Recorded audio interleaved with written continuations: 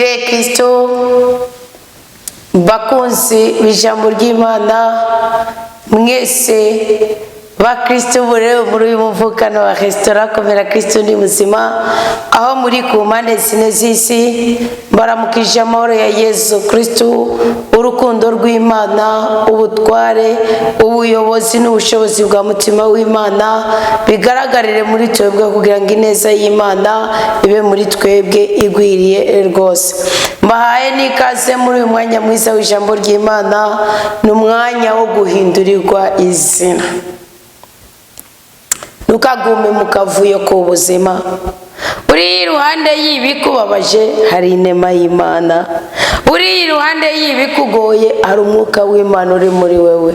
Uri iruhande y'ibikuruhije nagira nkubwire ko ubu buzima kugira ngo ushobore kubamwo neza nk'uko Imana ibishaka ukora ikintu kimwe.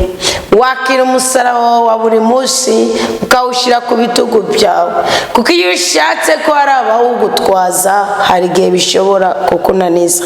Iyo niyo mpamvu mu gitabo cya Yobu mu kigabane cya 5 haravuga ibintu 6 cyangwa 7 Imana ikorera umuntu yayizeye. Nta na rimwe mwereka ngo nzogukura mu bwiza ngushire mu bundi naho tubifite kwindagano n'isezerano. No. Aho gati mu mapfa mu kigoyi nzokurinda urupfu. Ngaho cyabayeho wakibonye, so ushaka kuwabonye makuba ariko hari ikindi kintu Imana ishaka gukora ku buzima bwawe. Nkundire twishimire ubuzima dufise. Muzi ko turi ku munsi w'124. Nkundire twishimire umwuka w'abazima dufise. Birahagije ko Yesu Kristo muninaza. Birahagije ko Imana yishimira atandi kindi kintu nakimikoze. Iyo wibutse gusa ko twarabo gupfa rubi n'impfu ziratandukanye, mugabo Kristo akadupfira kugira ngo tugire ubuzima. Niho duhora turirimba ngo naravye ivyo wamaye nje nsanga birakwiye ko nkuzanira akagashikanwa kunda wakirerero Mana. Ikintu cyose ushikaniye Imana ni imibabaro y'imwe. None Matayo 11:28 avuga ngo iki? Ngo wese wumva kurusha nutse muremurure ni imibabaro yawe ni imiruho yawe. Yohani 7:37 avuga ngo iki? Ngo kuri uyo munsi ngo ari umunsi mukuru usumba iyindi minsi katugeranye n'uwo w'Imana. Ngo Kristo arahagarara ku musozi ngenda witagariziwe, ngo aravuga ngo mwebwe mwese munyote inzuzi z'amazi abeshaho zisotemba ziva mu nda zayo. Inyota ufise nayo nzi, inzara ufise nayo nzi, imitwaro ufise nayo nzi, ariko ndazi nk'iriko ndavuga umutima wavuze ati Mana ndaruhijwe n'aya madeni, Mana ndaruhijwe n'iri zina ry'ubugomba, Mana ndaruhijwe n'akagahinda, Mana ndaruhijwe n'akagacinyetso, Mana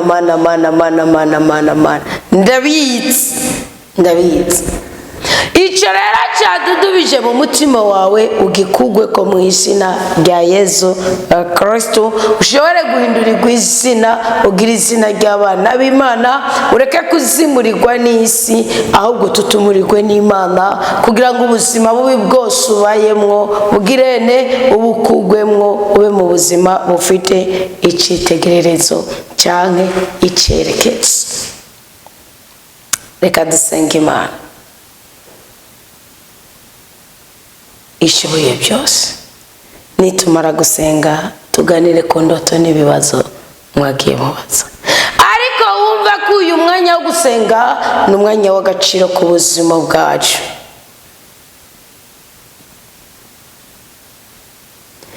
Ari iby'ubu n'ibizoza nta kizadutanya, kuko Imana yadukunze bitagira urugero, niyo yageza yitanga Yesu Kristo ngo dukire. Nimba waramenye ko Imana igukunda, zamura ijwi ryawe tuyishime. Uwiteka nyaguhora ku ngoma, soko ry'ibyiza byose, turagushimiye cyane twebwe abana bawe kuko uri Imana yacu tukaba abana bawe. Uri umuremyi wacu kandi natwe turi ibirema byawe. Uri umwami wacu natwe turi abantu bawe. Uri umuganga wacu natwe turi abagwayi bawe. Uri umuhesha w'umugisha wacu natwe turabagukeneye. Ubutungane bwawe nibo bwemereye imitima yacu kwitumbera ari intebe yawe nyeranda. Muri ibyo yaravuze ngo negereye intebe yawe, ngo sinaje ndi iminwa iri gusa, ngo naje nzanye ibimazi by'amashimwe, ngo naje mfise akanwa ko kukuririmbira indirimbo shasha, ngo kuko ni wowe waremye ijuru n'isi, ngo none niwakire icyubahiro.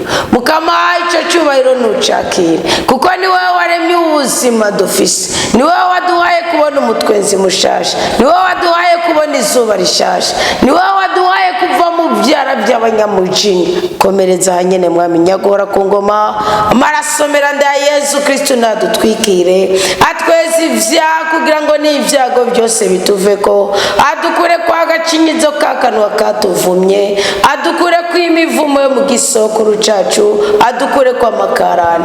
Turubahutse turavuga ko Yesu Kristo ari umwami, turubahutse turavuga ko Yesu Kristo ari umukiza, turubahutse turavuga ko Yesu Kristo ari umucunguzi, turubahutse turavuga ko turi ibiremwa bidasanzwe, turubahutse turavuga ko turi ibiremwa byatabawe. Mukama uyu mwanya ukitswe n'amagara, muramutse mu kiganza nk'uko yabikoreye inabuka wa Simoni Petero. Mukama uyu mwanya wamaze kuja kuri liste y'urupfu, agahato k'isi turakasa mu izina rya Yesu Kristo. Ububasha bw'amadayimoni turabwasa mu izina rya Yesu Kristo. Imbaraga z'abapfumupfumu, abakonikoni, abarozi, abatongera, abaterekera, imbaraga zikomoka mu ndasago ziri ku mubiri wacu turazipfishije ubusa mu izina rya Yesu Kristo. Ibyo twariye mu buto byacu bikituzengereje turabyansa. Indagano twagize tuzigize n'abantu batisobanukiwe batubariza itegeko rya rudasumbwa turazibohojeko. Uyu munsi uruhanga rwacu rutaye igikuniro gikomoka ku Mukama. Uyu munsi uruhorihori rwacu ruboberezwa amavuta asa n'ay'izahabu, kuko umutima w'Imana yemeye kuza kuba kumwe natwe.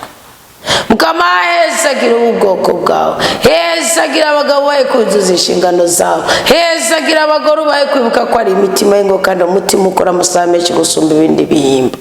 Hezagira urwaruka rwacu, hezagira abarusha, hezagira ababosha, bohora imigisha yacu, bohora amahigwe yacu, bohora igikundiro cacu, bohora ibyishimo byacu, bohora amarangamutima yacu.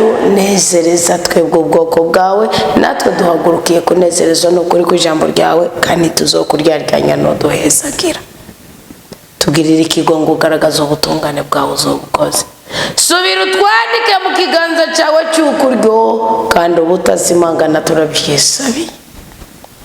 Mutima w'Imana umuhoza, mbwenge nyabwo, wewe waje kubatumwa bakagira agaciro, wewe waje kubatumwa bakavuga indimi zitandukanye, wewe waje kubatumwa bakazura abapfuye, wewe waje kubatumwa bakavuga ubwiza bwa Yesu Kristo, wewe waje kubatumwa intumwa za shetani zikazengerezwa.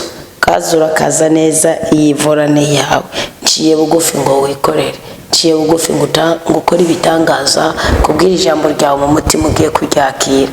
Uza kumvira ijambo azengerejwe n'imyuka y'abarozi, amashano abidaho ibindi abicibweho. Uje kumvira ijambo azengerejwe n'umwuka w'ubusambanyi, akabarega ubutinganyi n'ibindi bikwega ibyago byirukana Imana mu buzima bwacu, abohoke mu izina rya Yesu Kristo. Uwo mudayimoni uri muri wo nawe itangazo numuvemo kugira ngo abohoke. Urakoze, imigisha iva wawe turayakiriye, aka gaseko tuzaniye turakakiriye. Tugire inama twikeruke twisubire ko Imana ninazwe mu buzima bwacu, dutora n'ibyiza twagenewe kuri iyi si. Amen, amen, aleluya. Nuko tugire Kristo mukomere kwibanga mwahisemo neza. Umukristo aravuga ngo komera, Kristo ni muzima. Ngo nifuza ko Imana indengera impumugisha wikubye, kuko ndaruhijwe no kuronka amafaranga ntihagire icyo amarira, kandi ndategura ngo ntange ikigira 10 byaranse. Ndasabye isengesho rimfasha kwisobanukirwa. Kuri Pasika naho nararungitse intererano, ariko kubera ikibazo cya telefone yaciye igira sinigeze menya yuko yabashikiriye. mumfashe nimwabona message mumbwire ko intererano yashitse. Intererano zose zo kigokorwa cyo ku mpimba no ku bitaro zarashitse, gusa kumburisha ko byarasuye, kuko ntabwo twagiye twifuriza umugisha umwe, kuko cyari gikorwa kiriko kibera muri rusange. Niyo mpamvu imigisha twifuriza muri iyi minsi tuvuga ngo guhera twinjiye mu gihe cy'Ikarema itariki 5 z'ukwezi kwa 3 gushika 3 z'ukwezi kwa 5. Nicyo gitigiri cy'ubuhanuzi twari ko turagendera ko, sibyo?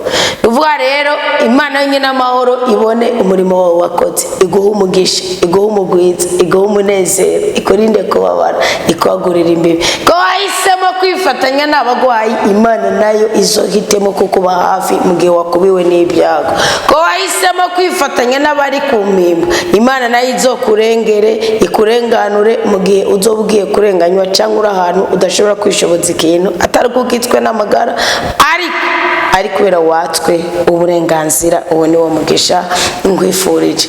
Imana iguhe umugwiza kugira ngo ejo naho uzobagereko. Ariko ndaguha impanuro, kumaze kwigishwa kimwe muri cyo mukumva ugategekanya kugitanga bigaca byanga, bisigura kuri mu buzima bw'akavuyo.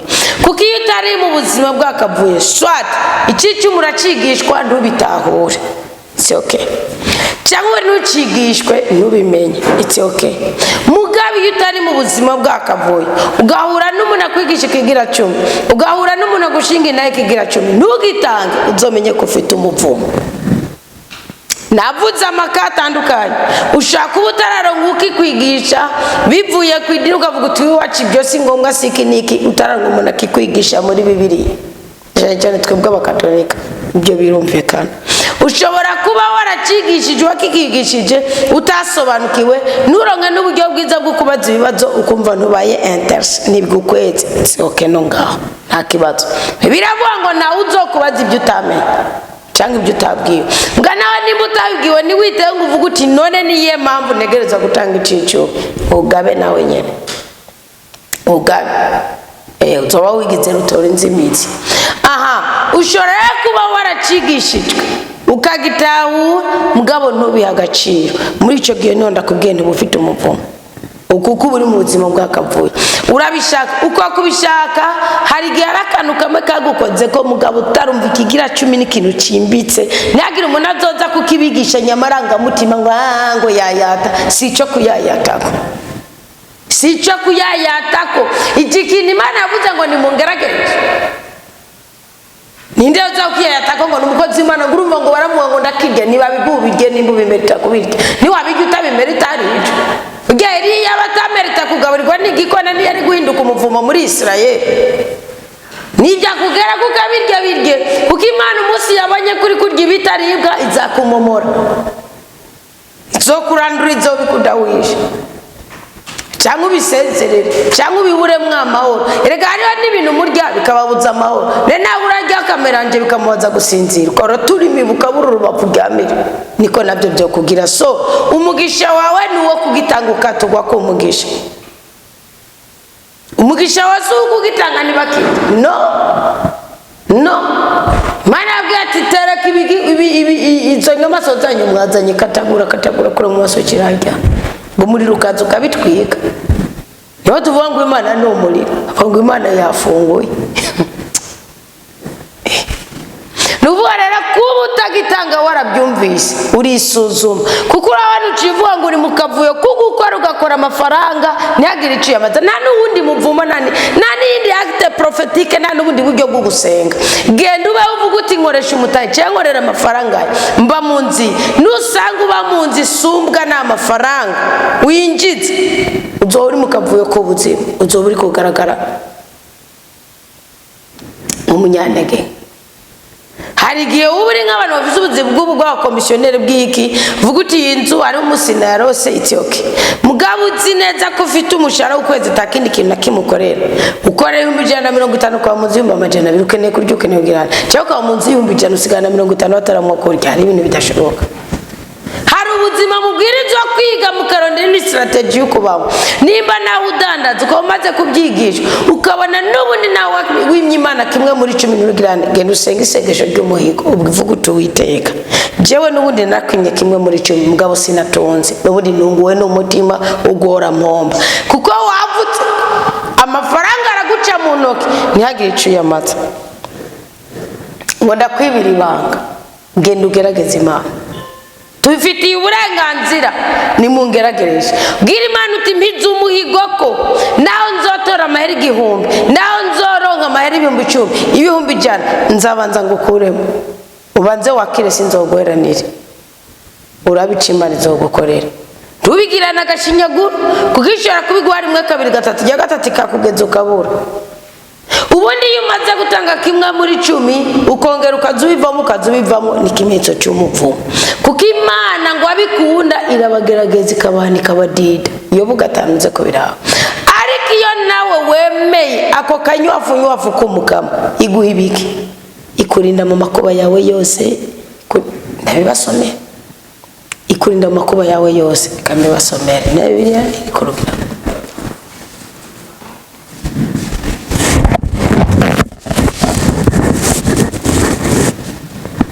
bivuga ngo iyo bugatana ngo raba umurongo wa 17 ngo raba hahiriwe umuntu Imana ihana ngo ntugaye impanuro zamushobora byose kuko ni wakomeretsa akavura mva arakomeretsa akavura Imana yikigakiza mwe mutsingwira kiza gose ngo amabako yiwe aravuna akongera akagorora ngo azogukiza ububabare inshuro 6 mbere n'ubugirindwi nta kibi kizogushikira ngo mu mapfa azogukiza urupfu mu rugamba azogukiza ubugi bw'inkota akarimi kabi uzokikingira wewe nyene akaranda kimirije nikazogutera ubwoba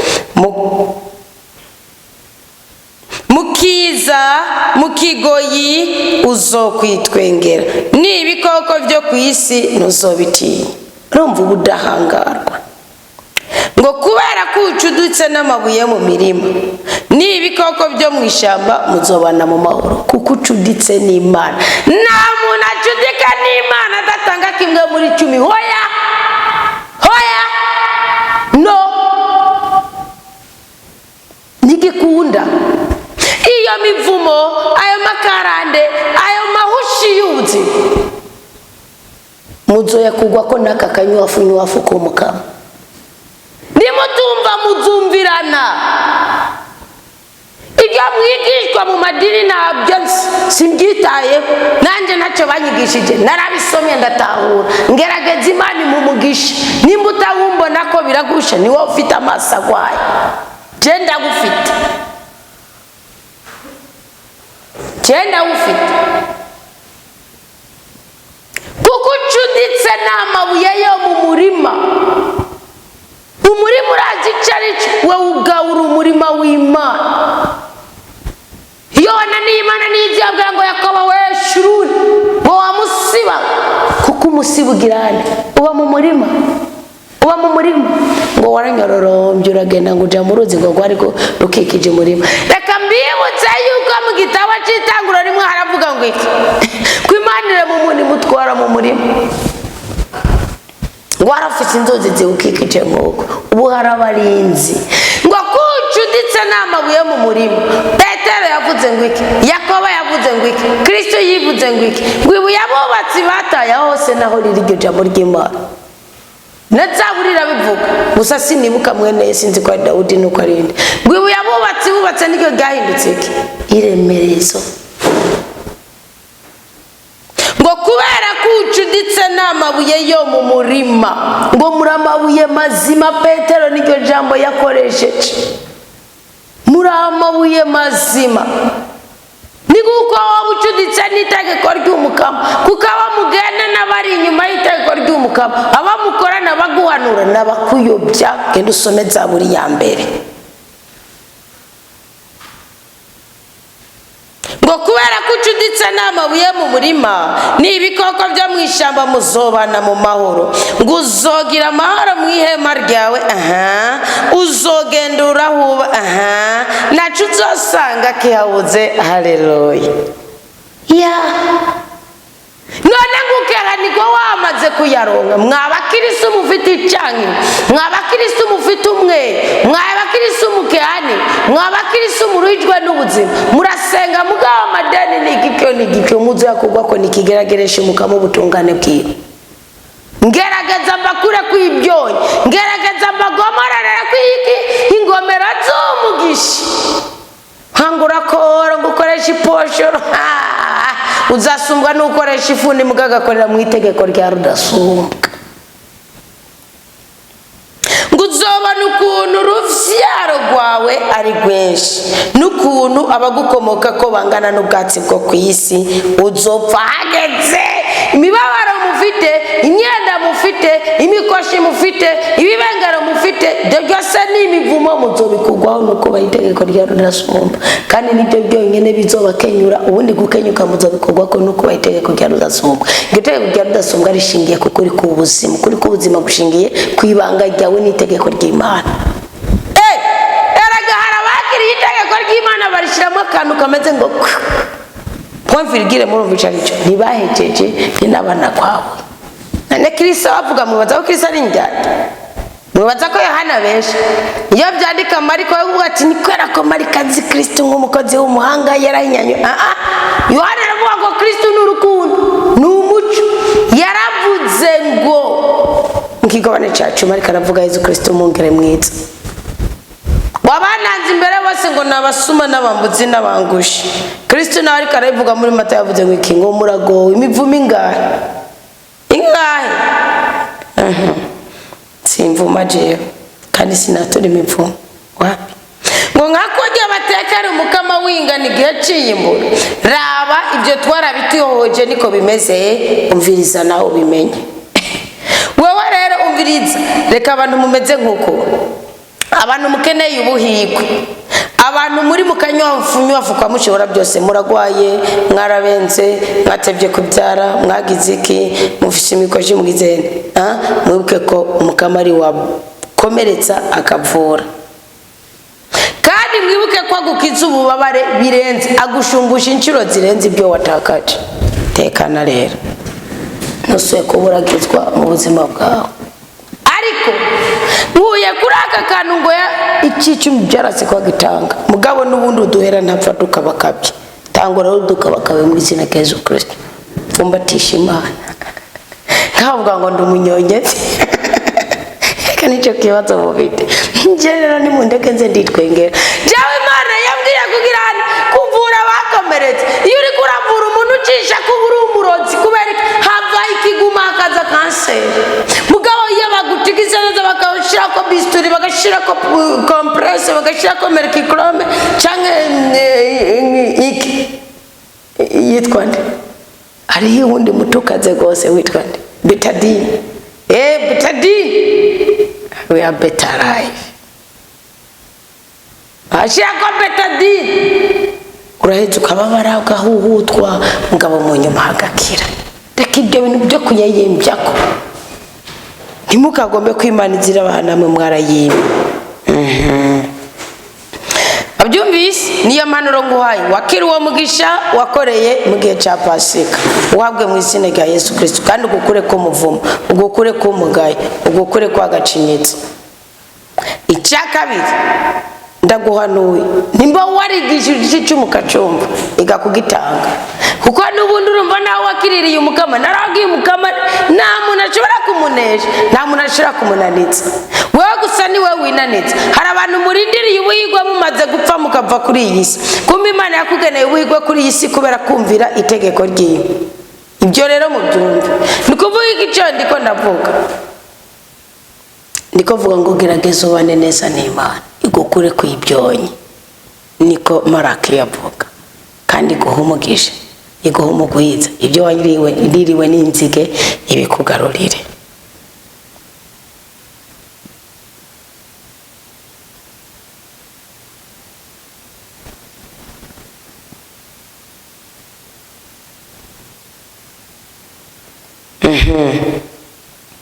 Undi mukristo aravuga ngo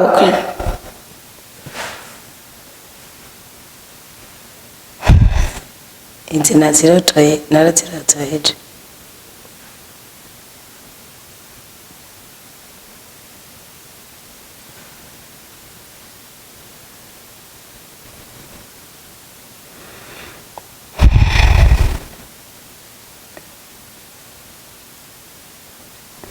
Mukristo aravuga ngo indoto imeze uko ngo narose mbona ndi kumwe na mama hamwe na musazanje nkurikira, mbona turiko turagenda mfise ibigori tuvuye guca, gusa sinatahuye iyo twabiciye.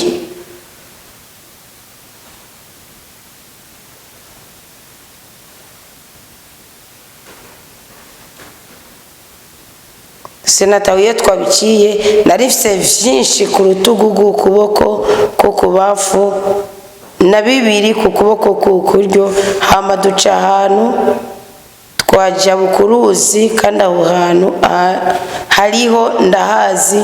Tujabutse musazanje acenge amenyo ku kuboko k'ukuryo ngo nkorore ibyo bigori, hama mama acaramukankamira acarandekura, turabandanya. Narababaye ariko sinakomeretse, nca mbona dushitse muhira twicaye.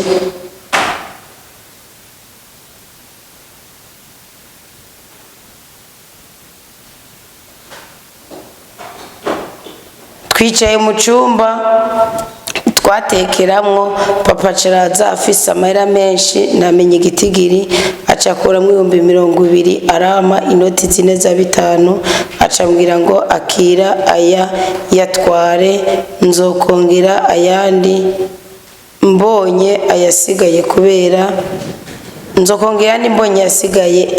aya kubera nayo nzogura ibikoresho byo gusiga inzu ko arije nzogura ibikoresho. Nca ndikangura, menya neza mama na papa barapfuye, kandi kubera ko na mama yapfuye nkiri umunyeshure ntaraja kubaka, uwo musazanje yari yamusigiye nk'umurage kuri we. Ikindi papa yarasanzwe akora ibyo gusiga amarangi. Iyo ni karandiri kugukwega, kuko urumva wagize umubabaro kuwuriho kandi wagiriye akamaro. Uhozwa n'uwapfuye yakugiriye akamaro, mugabo utametiriza ku kamaro yakugiriye. Kandi igihe cyose ubonye umuntu yapfuye agukorera ikintu mu ndoto, yaguha amafaranga wayakiriye, arakubwira n'impamvu yaguhaye, arakubwira impamvu aguhaye ayo asigaranye ayandi, sibyo? Musaza wawe yakuriye amenyo hageze ko mujabuka, icyo ni ikintu kibi cyane. Nakubwira impamvu ari kibi. Ubundi abantu baterekera batongera mu misozi, mugabo urya abantu baterekera kenshi iyo atasanzwe wagira uwo mugigo ngo abigire imuhira, usanga bigirira ku mazi. Ngo twari irigi ucuterera mu mazi, ngo ucugire, ngo twari ibigori ngo ucugirane. Umva ko uwo mwana w'umuhungu afise imwe mu mbi, nawe ufise umuvumo. Kubera iki? Ubundi ngaho wabonye papa azaguha amafaranga, witege kugira inyatsi, yayaguhaye yarapfuye, ni ukuvuga ni ibintu by'inzozi ntibizobaho. Ubohoze ibiganza byawe, ubohoze ubutunzi bwawe. Kandi kumva papa yarapfuye akigufitiye susi nkuko, kandi ibyo bintu yakora akaba ari byo yakora, ni ukuvuga iki? Hari ababyeyi kera kugira adandaze byemere, kugira aronke isoko byemere, kugira arambe byemere, sibyo? Babanza gutanga ikimaze umwana. Umva musaza wawe afise imyuka mibi, sibyo? Mugabo we nawe ufite umuvumo. Kubera iki? Musaza wawe wewe yari korabore, yabona umwongo kugenze, yabona umwungu kugenze ugiye kumwiga uzomwige uzosanga ari umunyamibabaro kuko icyo kintu n'ubundi bigori ntiyabaye bifise nukuvuga ni nkuko basi mu muryango bari umuvumo bakaba baraterekera nk'ababyeyi cyangwa igisokuru hanyuma uwo muvumo bagaca bagenda batararonka samuragwa wabyo mugaca usanga kubyo baje gusaba batongera nko ku mwana wa gatatu ntibamutongerera ko batongera nko ku mwana wa kane wa gatandatu canke wiki sibyo ngaba bagaca bapfa kiri mutoyi na karoro ndiko ndatanga wa mwana kuko bamutongera ko bagasiga batamwimitse akama yumva imbaraga z'ibintu yokora kuko byane biraza kumwishuza mbwa ntiyabyigishijwe kagakoro ntibakamuhaye mwakujya Imana mu kutubatura mu kutubohora muri Ezekiel 16 ivuga ngo naciye hafi yawe ngo sanga aho nyoko yagutereye mu maraso ngo atigeze agirane akurigatira atigeze akugirira isuku ngo uko warushisha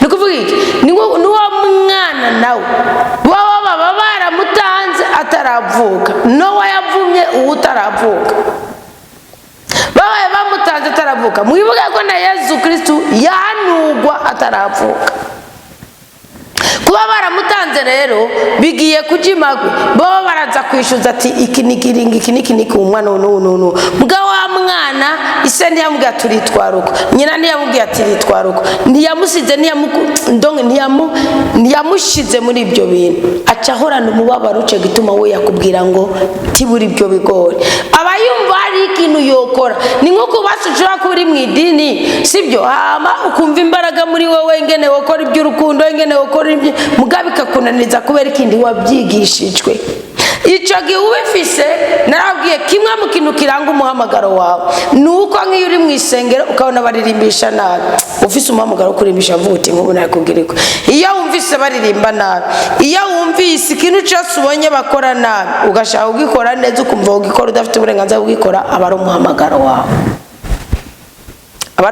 wawe rero buriya wewe icyo wakoze wajabutse kuko ni wari en collaboration n'imyuka mibi wewe yumva icyo yokora kugira ati siga ngako aho ujabuka umwongo ufite ibintu ugasabwa kubitibura ni ikintu kibi ubitibuye bujya mwaba mubaye connect byaba ari bayisezerano kubona rero wajyase iryo sezerano wasi iyo connection no kuvuga icyo yakoze iki yababaye arakubabaza mugabo ucuhozwa n'uwapfuye kandi urugendo rwanyu rwarimo uwapfuye buriya narababwiye ababyeyi abantu bose bapfuye niyo yoba uwo mwubakanye uramwibohoza ukamuhoza no kubana bawe kubera iki hari abantu ubwo nyene bagipfa baba batanguye umubabaro usumba uwo bagize kuri iyi si mwe mubyitegure ngo inyuma y'imyaka 1000 ndababwira impamvu hari ibibanza bageramwo Imana itakifitemo puissance kera imbere yuko Yesu Kristo azuka nukuvuga Sheol bayishikiramo ababi n'abeza kandi shetani yarafite uburenganzira bw'ugira imfunguruzo akaba bugaraniye ngaho aho ujya kubana bafunzwe mu gasho hari abantu bari muri VIP hari abantu burya ntibarushe kumwe bose naho bose baba bari mu gasho sibyo kandi n'Imana yari yamuhaye ubwo burenganzira mugakubera kijya kinyoma yakoze Kristo akicwa yari intungane atari ukwicwa akabambwa agapfurupfu rw'agashinyaguro kandi atategereza burya niko rupfu rwabwiriza gucungurirwa mu rw'akarenganya kugira ngo abari bapfuye bizeye Imana rero itagize nitarenganije ibanze bakure mu byara bya shetani nibajya bazukanye na Kristo bakagira defini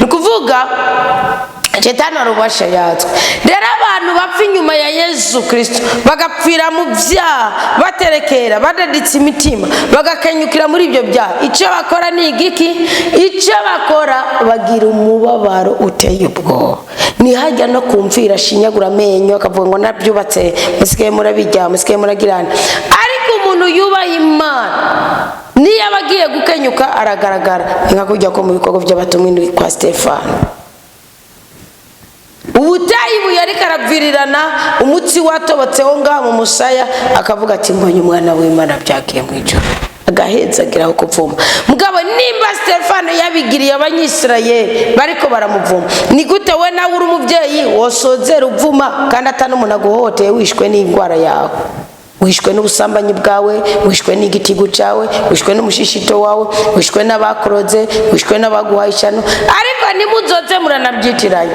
reka ndababwiza ukuri mwimira abarozi ko bakorana no mibiri yanyu none icyo cyanzo aho bagikurahe hari ibintu mwivugisha ngo urumva ngo umubiri ni umubiri ngo urakubitika ni ukuri hari ikintu suzuguro kitagenewe umwana w'Imana hari igisu mwisuzugura nimwigize izo mpfu z'impanuka mwigize yayo mashano mwigize y'ibyo bitega hari impanuka hari impfu zitagenewe abantu bubaha Imana nimuze muhagarara mukuri mureke ubunyonyetsi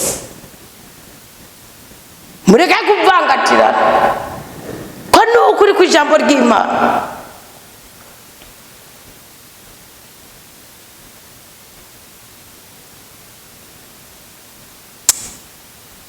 uwahoke kuri abo babyeyi bawe bapfuye even n'uwo musaza n'abaguhaye kumurage nta muntu aragwa kurera uwundi muntu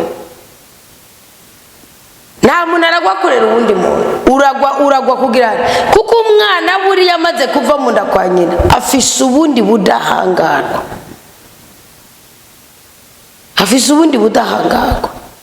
sibyo ababyeyi barabikora nibyo mugabo sibyo naho bamukuraze nimba bamureza agakura akabariho nawe n'ukwibohoza ko ujye ababyeyi nimwige kwibohoza ku bana abana mwibohoze ku babyeyi banyu ube uri umuntu ufite icyitegererezo ku bantu bubaha Imana mugabo kandi ufite n'ikindi cyitegererezo gishingiye ku itegeko rya rudasumbwa ubohoke kuko ibyo bizoguteza ibivumo biguteza icankiro biguteza imibabaro uhore mukavuyo k'ubuzima musaza wawe byanke ko mwumvikana kuko afite iyindi imbaraga imutegeka wewe nayo ufite mugana ufite umuvumo uguhorana ikirorogwe handi musaza wakunaniza akubera urutare akagirane gatuma urumva ugasanga muga nawe ntiwigere unamubohoza ukagumana susi kuri we gusa hari igihe bizoba ngombwa ko mubohoza abantu bakababwiza uko guti mukunyura umuge kwawe ugende wibeko tiwe niumva bakuvunaguye cyangwa ugwaye uzomugenza gusohoza muga mukunyura umuge susi kabuwa ngo ngurumba ngo nisamura ngo namusigaranye ngo mbe mama nasanze ari n'igihe tuvuga ngo mama bibona gute ngo abona ngo twanganye reka mbabwire ikintu kimwe ari ahantu nk'ubu iyo umuntu apfuye akava mu mubiri ahereje neza izi susi zo ngaho mubiri nyongera kuzigira kuko we nk'ubu ufise susi y'urupfu mugabo nk'umuntu ari mu muriro nk'umuntu yahereje nabi abafise ikibabagwe cy'ukugene wohinduka ntuzoje nk'ari karaca hanyuma umuntu nawe yagiye mu ijuru yarangije neza abafise umunezero wo kuvuga ati naho n'abafise umubabaro wo kuvuga ngo naho ngo ku myaka 30 zobapfuye kuko ababona ko ahari hanezereje avuga ati Imana wamfasha aho ndi bakazohabana ibyo bintu mwige kubikorera sibyo no kubiharanira nuko rero Imana yonyine n'amahoro twishimire twese itunezereze iturinde kubabara ariko rero ubohoze ubutunzi bwawe kandi ubohoze igikundiro cyawe ubohoze imirimo yawe kuko uko kuntu wagize umurimo wo kujabuka ukagira urugendo na mama wawe na musaza wawe mufite ko umurage mama wawe nawe yarapfuye mwajabuka musaza wawe kugira ibintu kandi ugatabagwa na mama wawe byumvikana ko indoto yawe ishobora kubirimo gukenyuka ko ababyeyi baba bakenyutse akaba ari kuzokenyuka none rero byibohoze ko byose ariko Imana iguha indoto kugira ngo ugirene ikwereke ubuzima ugiye kujamwo nubwira uti Imana ndase indoto ndayanse iyigukura imbere ironke ukugene ikugwanirira ubundi indoto ni imburi ubundi indoto ni impanuro ubundi indoto kuko yari nziza uyigeramwo kubera iki uteye intambwe ukamenya uko bamagana indoto ziwe mu buzima uko bahitegeko rya rudasumbwa iyari mbi ureka kuyigeramo kuko wayisambuje ukayirukana ukayikura ku buzima bwawe none nanje mu izina rya Yesu Kristo guhora urota ababyeyi bawe bapfuye guhora urota umusaza wawe kumurage mujabukana uruzi ukisanga akuriye amenyo agutegetse ko umuzigo wawe ubundi ni ngukurenga intambwe ubundi nukurenga igisuzuguro ubundi nukujabuka ubundi nuguteturugwa kubona umusara umuzigo wawe nibyo biza kubahembura mugenzi imbere mugabo ngo biterere hasi wakubitera hasi akakurya amenyo kandi ugahozwa no wapfuye iyo ndoto umukama Yesu Kristo ayigukureko ahubwo ibigeragezo wajabutse n'ibyishimo imibabaro wajabutse n'imyishi komereza aho nyene ko kwizera kuko ibigori n'umugisha kubona ufite ibigori kubona ufite inete kubona ufite iki wabihaho cyagizene n'umugisha mugisha rero wawe ntuwutakaze ngo nukuri kumwe na musaza wawe ahubwo komeza ujabuke nawe ngene umujabukane ntumusige muri uwo monga yakuririye mwamenyo kandi ntuhozwe n'abapfuye ahubwo hozwe nukuri gukomoka ku Mana imwe rudende mu butatu bweranda urakoze mukama nyaguhora ku ngoma urakoze urakoze mukama Yesu Kristo kuko niwo batura ubuzima bwacu ukaduha ibyishimo n'ibyiringiro. Mutima wa mweranda nakomereza nyene yubakiye imitima asanasaniye imibiri aduhuze n'ukuri ku ijambo ry'Imana. Ubwami bwa data bwururuke bube muri twebwe kugira ngo muri twebwe bibe nk'uko data bishaka kandi nk'uko biba mu ijuru atarashu iriyo aba ariko biba mu mitima yacu. Maraso ya Kristo natweze rwose maze uyu munsi duhindurirwa amazina kandi umukama duteture mu makuba yose anamiye ubuzima bwacu. Amen, amen, haleluya. Imana yonge n'amahoro ibiteho, Imana yonge n'amahoro ibanezereze, Imana yonge n'amahoro ibishimire, ibarinde kubabara, ibagurira imbibe, ibahe kugera kure nk'uko ibishaka.